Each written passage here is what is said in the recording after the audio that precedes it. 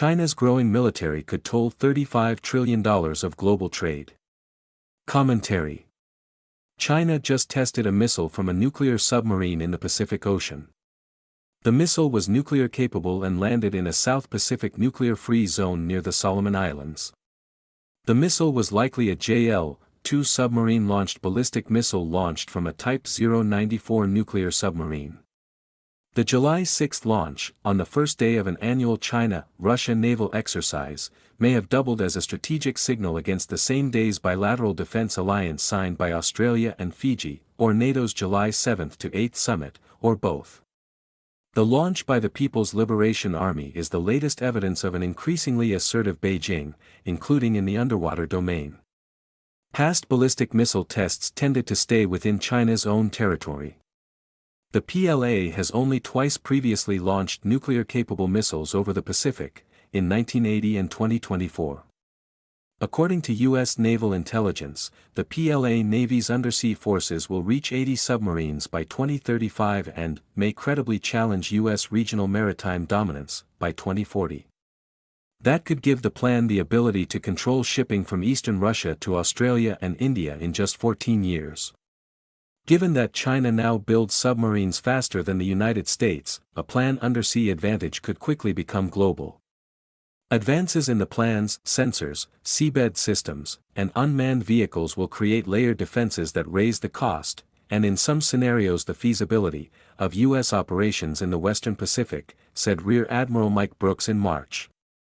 The plan is fast-producing underwater drones that can operate as autonomous torpedoes or submarines. Considering that China's autonomous weapons can be matched with artificial intelligence and produced at a faster rate than in the United States, Europe, and Japan, they pose a formidable emerging threat to U.S. forces and allies globally. And China's first Type 096 submarine will, before 2030, be able to launch ballistic missiles at large portions of the continental United States from the protection of its nearby waters rather than having to first leave its bastions to push closer to the first island chain of Japan, Taiwan, and the Philippines. The plan's latest submarines are rapidly improving, with quieter, faster nuclear propulsion, more advanced sensors and weapons, and the capability to submerge for longer periods. This will give planned submarines the ability to routinely patrol the Atlantic Ocean, Indian Ocean, and the Arctic by 2040.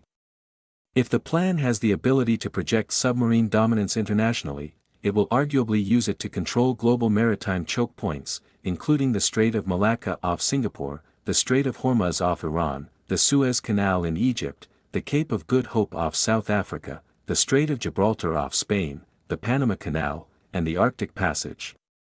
Given the world's dependence on international trade, this would give Beijing significant geopolitical leverage and new revenues.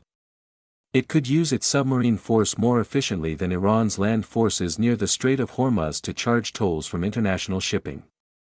In 2025, global trade surpassed $35 trillion, approximately 90% of which is transported by sea and therefore vulnerable to submarine and surface combatant interdiction. A 10% Chinese tax on total international trade could yield a bump to its defense budget of about 3 times the current U.S. defense budget. At that point, China's military expenditures would rapidly exceed those of the United States, Russia, and our allies combined.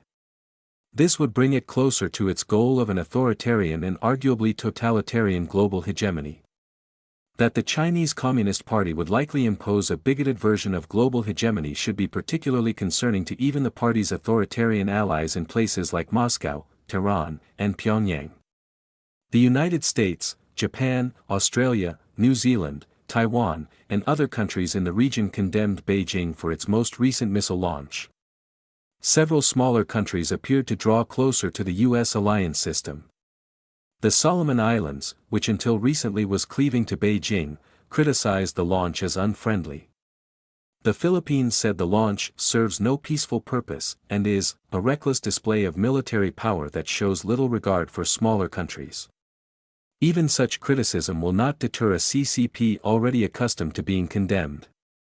The regime no longer cares much given its increasing reliance on hard power. The United States and our allies need to redouble not only our commitment to 5% defense spending, but to our defense industrial bases and, more controversially, to the control of global maritime choke points. If we do not control them first, the CCP will, and dislodging planned chokeholds after they are established could start a nuclear war.